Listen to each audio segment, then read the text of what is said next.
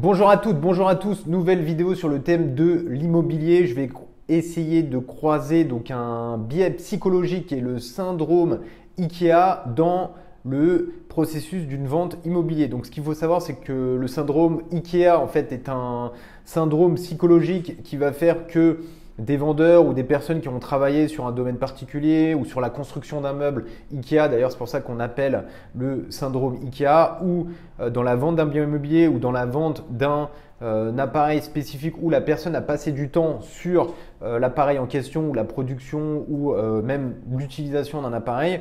En fait, grosso modo, le vendeur va avoir un biais psychologique pour être amené à augmenter la valeur du prix du bien, alors que le bien forcément ne reflète pas la valeur qui est estimée par le vendeur. Donc voilà, petite parenthèse, bon, j'ai un t-shirt Ikea, mais cette vidéo n'est pas sponsorisée par Ikea, bien entendu. Donc je vais rentrer dans le détail et bien entendu, petite clarification, pourquoi je fais cette vidéo? Parce que je suis actuellement en train de négocier un bien immobilier et je vois que le vendeur et la vendeuse, parce qu'ils sont deux, sont en plein syndrome IKEA parce qu'ils ont surévalué le bien immobilier, ils n'ont pas pris en compte les gros problèmes que ce bien immobilier a et l'énergie et le temps que cela nécessitera à résoudre.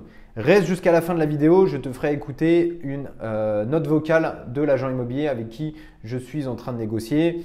Grosso modo, pour la faire simple, ils ont déjà accepté de baisser le prix de pratiquement 48 000 euros, sauf que moi, ma target, c'est de réduire le prix de 150 000 euros. Donc, il me reste encore 100 000 euros avant d'atteindre l'objectif. Donc, commençons cette vidéo. Qu'est-ce que le syndrome IKEA dans la vente d'un bien immobilier? Donc là, je vais grosso modo juste rentrer dans une définition, sachant qu'il y a des études, il y a des recherches qui sont faites. Donc, je mettrai les liens des recherches qui sont quand même très sérieuses. Et bien entendu, je vais rentrer dans des exemples concret de personnes qui ont mis en vente des biens qui sont plutôt des ventes de luxe, des biens de luxe et dont ces biens sont partis pratiquement à 50% de moins du prix de vente désiré initialement. Donc, commençons. Donc, qu'est-ce que le syndrome IKEA dans la vente d'un bien immobilier? Donc, le syndrome IKEA fait référence à un biais cognitif, donc psychologique grosso modo, où les individus accordent une valeur disproportionnée à des objets qu'ils ont partiellement ou entièrement créés eux-mêmes. Nommé d'après le célèbre fabricant de meubles IKEA, donc d'où le t-shirt que j'ai également acheté chez IKEA, ce phénomène s'explique par l'effort personnel investi dans l'assemblage ou la création, ce qui renforce l'attachement émotionnel et la perception de la valeur de l'objet. Ce biais peut également s'appliquer à d'autres domaines, en l'occurrence l'immobilier, tels que les projets professionnels ou personnels, où les personnes surestiment la qualité ou l'importance de leur propre contribution par rapport à celle des autres. Dans le contexte de la vente d'un bien immobilier, le syndrome d'IKEA peut amener les propriétaires à surestimer la valeur de leur propriété en raison des améliorations, rénovations ou efforts personnels qu'ils y ont investis.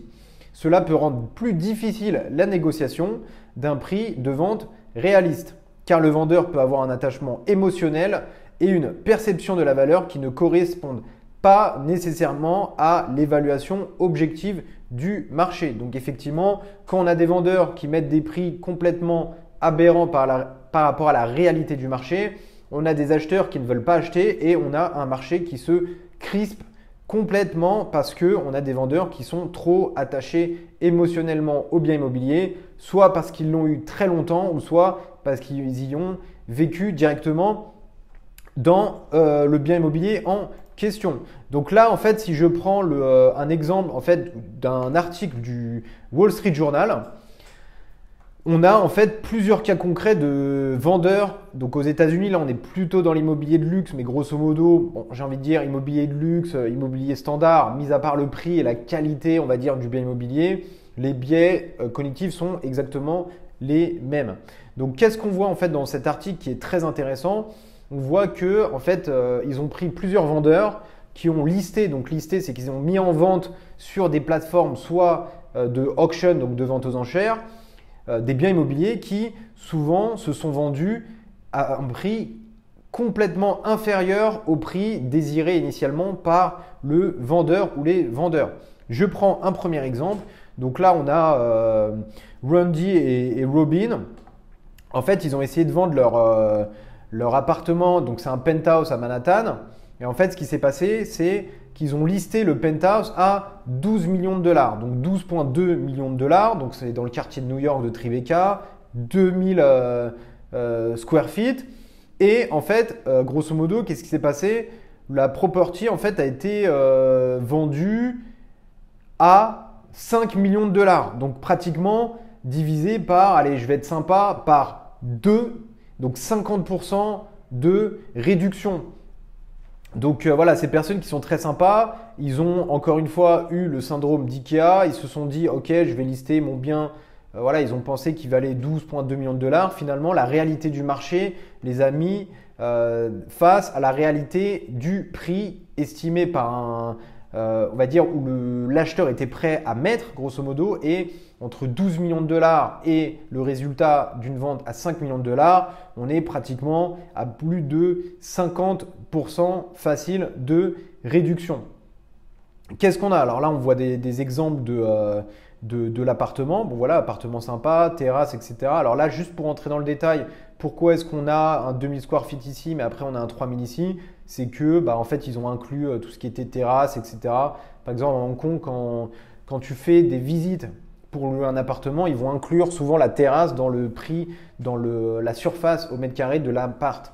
Grosso modo, ce qui n'est pas forcément la méthode de calcul qu'on a en France.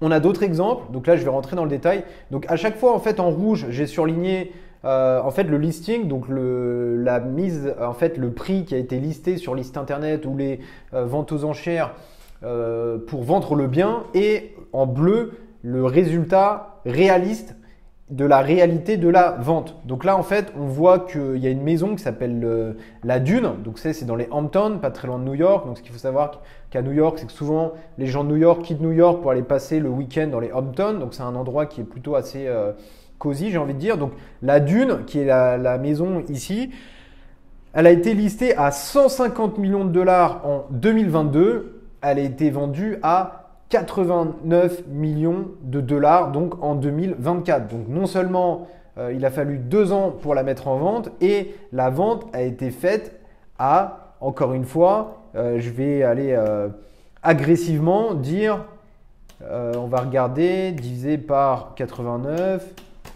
allez 1,6 fois, ouais, donc grosso modo 150 divisé par 2, 75, allez ouais, à plus de, allez, on va être sympa, on va mettre une ristourne à 50% en gros. Mais grosso modo, voilà, réalité des choses, 150, réalité vente de la maison, 89 millions. Voilà, on voit qu'il y a quand même un pricing de base estimé qui est quand même assez surestimé. Et j'ai envie de dire, voilà, les vendeurs, ils veulent vendre le plus cher possible, ce qui est normal. Et en général, l'acheteur veut acheter le moins cher possible.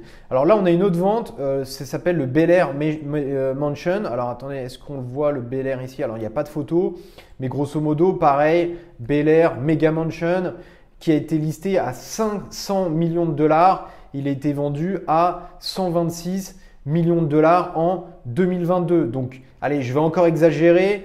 Il a été vendu 5 fois moins cher que le prix de mise en vente, ce qui est énorme. Donc, en fait, moi, des fois, je dis, voilà, pour des biens immobiliers, on peut proposer un prix 50% moins cher. Souvent, il y a des gens qui me disent, ou même 30%, allez, on reste raisonnable, 30% moins cher par rapport au prix de vente. Souvent, il y a des fois il y a des gens qui me disent non, mais c'est trop exagéré, etc. Ou il y a des gens qui ont peur de faire des propositions à moins, grosso modo, 30%.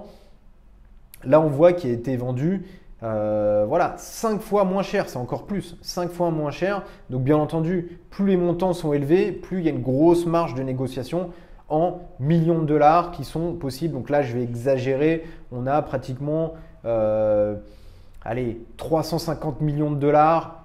Allez, je suis sympa, je mets 350 millions de dollars de ristourne par rapport aux biens listés, donc c'est quand même intéressant. Après, bien sûr, il y a le marché, il y a les taux, etc. Mais ce qu'il faut savoir, c'est que des fois, certaines personnes, notamment aux États-Unis, vont dire cash is king, donc ils vont attendre que le marché se crispe ou qu'il n'y a pas d'acheteurs, que les taux sont élevés pour venir avec un cash on hand, donc cash en main disponible, et faire une proposition extrêmement agressive pour remporter la négociation. Donc là, on a un autre bien, donc c'est la Villa Firenze à Los Angeles.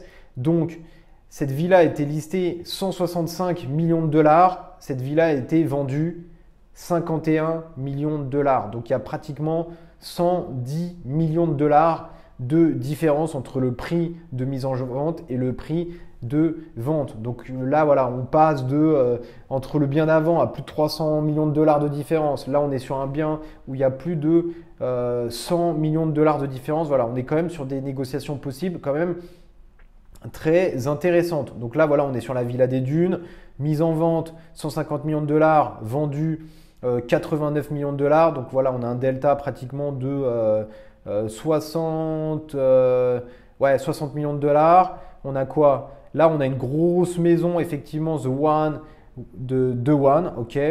Donc, listé 500 millions de dollars, vendu 126 millions de dollars. Donc, c'est énorme. Encore une fois, la différence, je vais faire le calcul exact. Donc, 500 moins 126, il y a eu une ristourne de 374 millions de dollars. Donc, c'est énorme. Est-ce que tu as envie de gagner 374 millions de dollars sur le prix de vente d'un bien à l'achat? Donc, tu fais une négociation ou via, là, en l'occurrence, c'est des auctions, donc c'est des ventes aux enchères. Tu gagnes 374 millions de dollars à l'achat, bien entendu, si le prix n'a pas été trop surestimé lors de la vente. Donc, ça, c'est la Villa Firenze où il y a eu, grosso modo, une ristourne, un delta de… donc là, on est donc listé 165 moins 51. On a grosso modo 114 millions de dollars de différence entre le prix de vente et le prix d'achat. On a une autre maison qui a été listée à 10 millions de dollars. La vente réalisée a été de 4,95 millions de dollars, ce qui fait un delta de pratiquement 6,15 millions de dollars de différence. Et là, on est vraiment en millions de dollars, donc c'est encore énorme.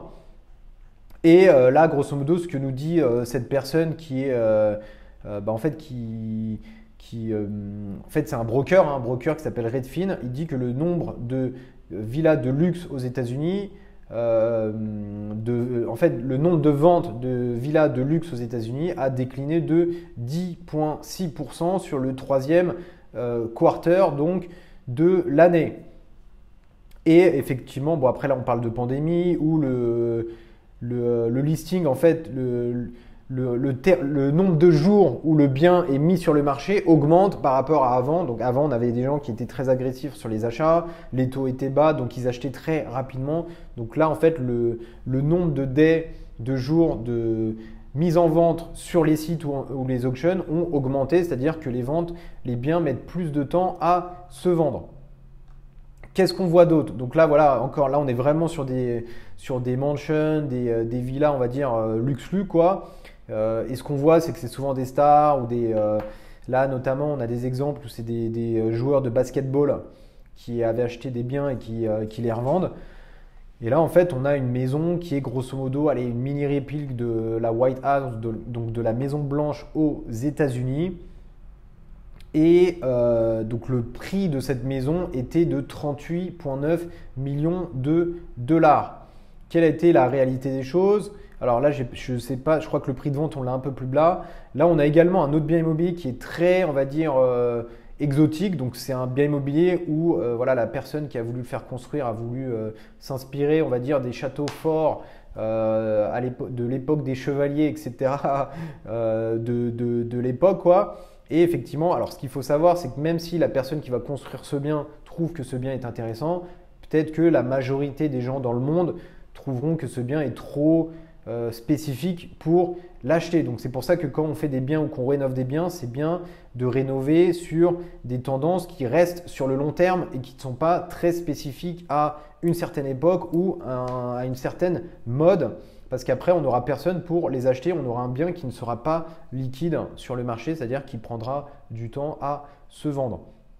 Donc là, en gros, grosso modo, ce bien en 2018 a été vendu par Donc Randy Singer, ok.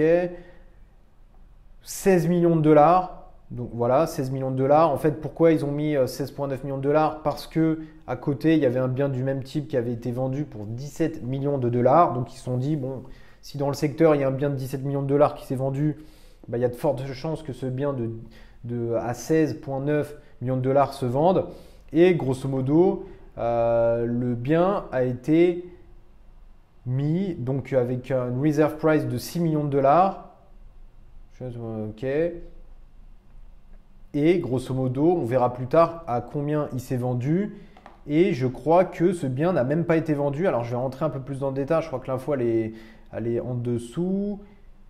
Ray.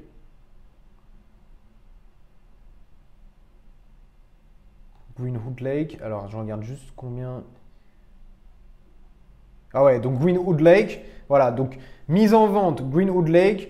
16,9 millions de dollars. Que s'est-il passé?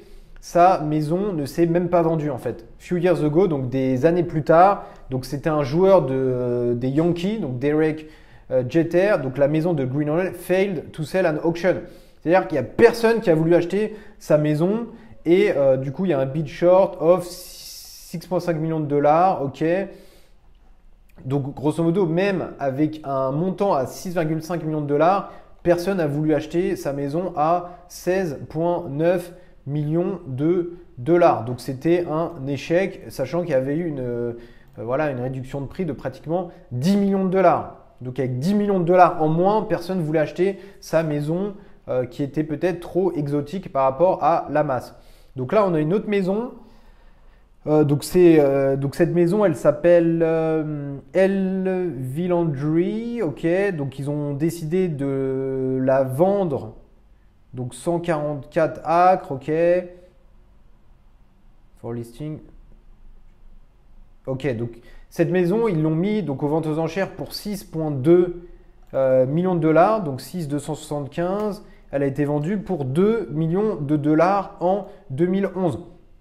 Donc soit une différence de 4,064 millions de dollars. Donc là, on est à 4 millions de dollars, donc c'est quand même énorme. Alors là, de ce que j'ai vu sur toutes les ventes, ce qu'on voit là, il y a une maison où il y a vraiment un gros succès. Donc c'est celle-là, hein, 144 acres. Donc ça là, voilà, gros succès par rapport à cette maison. Elle a été mise sur le marché à 5 millions de dollars, including donc 12% de buying premium, etc. Et du coup, cette villa s'est vendue à 3,9 millions de dollars. Donc voilà, il n'y a pas une grosse différence, mais il y a quand même pratiquement 1,98 millions de dollars. Donc là, on est vraiment sur des grosses négociations en termes de prix, sachant qu'au-dessus, on a des grosses négociations de plusieurs millions de dollars.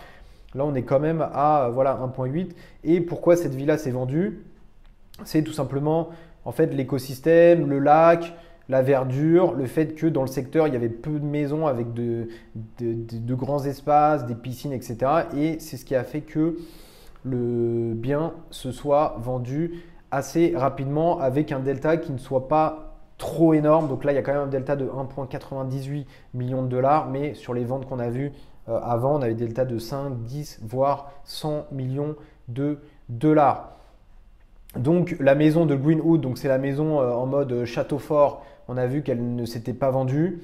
Elle s'est quand même vendue à 5 millions de dollars. Donc lui, il vendait 16,9 millions de dollars moins 5,1 millions de dollars, une différence de 11,8 millions de dollars, donc pratiquement 12 millions de dollars. Donc c'est énorme.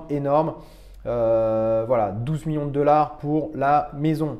Donc c'est encore énorme. Alors qu'est-ce qu'on voit d'autre? Là, on a une autre maison. Donc International Real, ok. 8000 penthouse, donc 5 millions de dollars. Donc ça, c'était un penthouse qui a été mis au prix de 5,9 millions de dollars. Vendu 4,5 millions de dollars, encore une fois avec une différence de 1,4 million de dollars. Donc là, c'est quand même pas mal.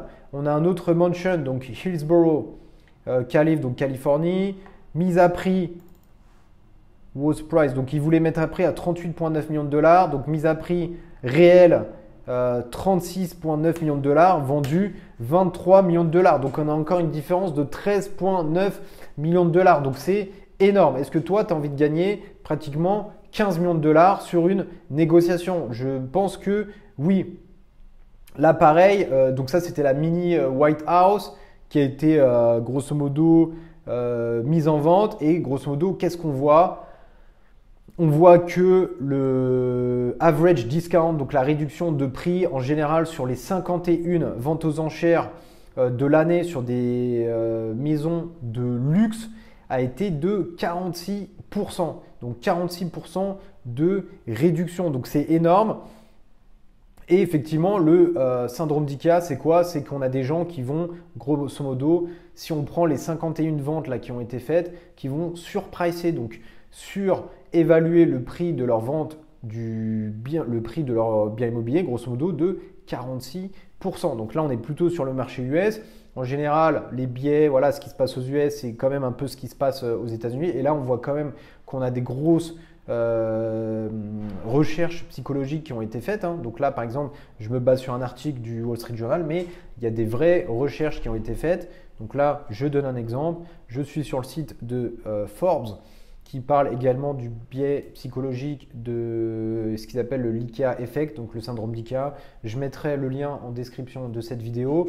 On a également un autre site, donc ça c'est un Science Direct qui parle de mécanismes de l'IKEA Effect sur d'autres, on va dire, domaines que l'immobilier, travail, passe-temps, etc. Également, je mettrai le lien. Donc ça c'est vraiment des recherches qui sont faites par des vrais chercheurs en fait, dont c'est le métier quoi. Et là pareil, Society for Consumer Psychology, SCP, pareil, IKEA Effect, When Labor Leads to Love. Donc pareil, on a des gens qui vont travailler, qui vont construire un pot en terre cuite, etc. ou qui vont faire un tableau et qui vont surestimer la valeur de leur travail. Pourquoi? Parce qu'ils y ont passé du temps.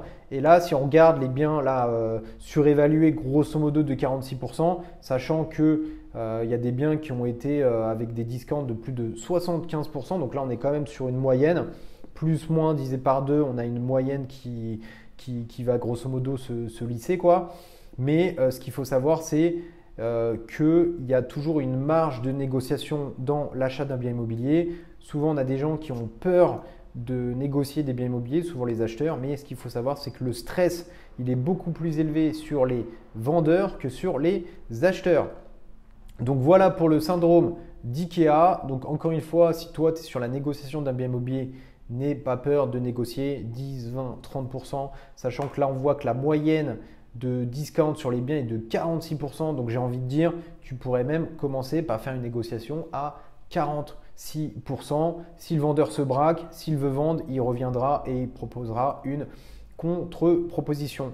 Donc voilà pour le syndrome d'IKEA. Alors ce qui est intéressant ici, c'est que Paramount qui est une agence qui aux États-Unis qui fait les ventes aux enchères, ils ont refusé de donner des statistiques. Donc en gros, les journalistes du Wall Street Journal ont fait leurs propres statistiques entre ce qu'avaient listé les agents, ce qu'avaient listé le résultat final de la vente grâce notamment aux vendeurs. Donc là, ce qu'on voit, c'est que c'est souvent les vendeurs qui ont discuté et qui ont disclosé des informations. Alors ce qui est énorme également sur cet article, c'est que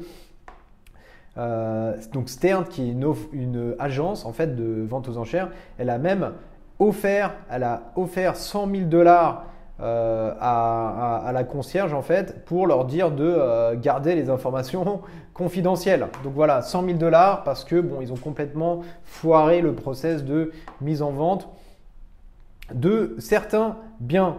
Donc voilà pour cette vidéo. Encore une fois, j'espère qu'elle t'aura plu. Je mettrai tous les liens en description et bien sûr, je vais terminer avec une petite note vocale d'un bien immobilier que je suis en train de négocier. Donc là, j'ai réussi à baisser le prix de 48 000 euros par rapport à la vente. Et ce qu'il faut savoir, que sur ce bien immobilier, on a 5 biens. Donc c'est un immeuble. Donc sur 6 apparts, on a 5 apparts qui sont en… Alors je crois que c'est en G de performance, donc de DPE, diagnostic de performance énergétique. Ce qui veut dire qu'il y a pratiquement entre 20 et 25 000 euros de rénovation à faire par appartement. Donc c'est quand même assez énorme. Donc je vais prendre 25 fois 5, ce qui fait 125 000 euros de rénovation à faire. Et sur donc ces 6 appartements, on en a donc 5 en DPE G et on a 3 appartements, on a des locataires soit qui ne payent pas leur code-part locataire de CAF, donc qui touchent la CAF mais ils ne payent pas la différence locataire qu'ils doivent payer, et on a pareil, une famille de locataires qui ne paye 0. Donc, ce qui veut dire qu'on a 3 appartements avec des problèmes en termes de locataires, où il y a de la gestion administrative, procédure huissier, commandement de payer, tribunal, etc. Donc ça coûte de l'argent en effort et en temps. Et du coup, c'est pour ça que moi, je voulais réduire le prix de 150 000 euros. Donc, comment j'ai pricé ça? J'ai pricé les 25 000 euros de travaux fois 5 appartements, ce qui fait 25 000 euros. Et j'ai pricé 25 000 euros de efforts, etc. pour régler la situation avec les 3 locataires qui ne payent pas. Et aujourd'hui, on a le vendeur qui propose uniquement une réduction de 48 000 euros, alors que moi, ma target, c'est 150 000 euros. Donc, je te mets la note vocale pour que tu puisses voir en direct comment se passe une négociation. Et j'espère que tu auras aimé cette vidéo. Et si tu es sur un processus de négociation, n'hésite pas à le mettre en commentaire, partage, like la vidéo, active les notifications et surtout abonne-toi à la chaîne pour qu'on puisse gagner en visibilité. Et je te dis à bientôt dans la prochaine vidéo. Et bien entendu, je te laisse sur l'écoute de cette note vocale où j'ai eu un retour de l'agent immobilier qui a accepté grosso modo de baisser le prix de 48 000 euros. Et grosso modo, il me reste pratiquement 100 000 euros à gratter grosso modo pour que j'accepte d'acheter ce bien immobilier. Et moi, on va dire, la force que j'ai actuellement, c'est que j'ai le temps, je ne suis pas pressé. Donc, on verra ce que ça donnera et je te laisse avec cette note vocale et je te dis à la prochaine vidéo. Oui, bonjour monsieur, excusez-moi, je viens de prendre connaissance de votre message. Donc en fait, les nouvelles, j'ai effectivement des visites, j'ai une personne qui semble intéressée. J'ai fait le point avec les vendeurs. En termes de prix, ils sont ouverts sur une base à 340 au plus bas, quoi. 340, je sens qu'à 340, on arriverait à les faire signer. Voilà les nouvelles, merci, je reste à votre disposition.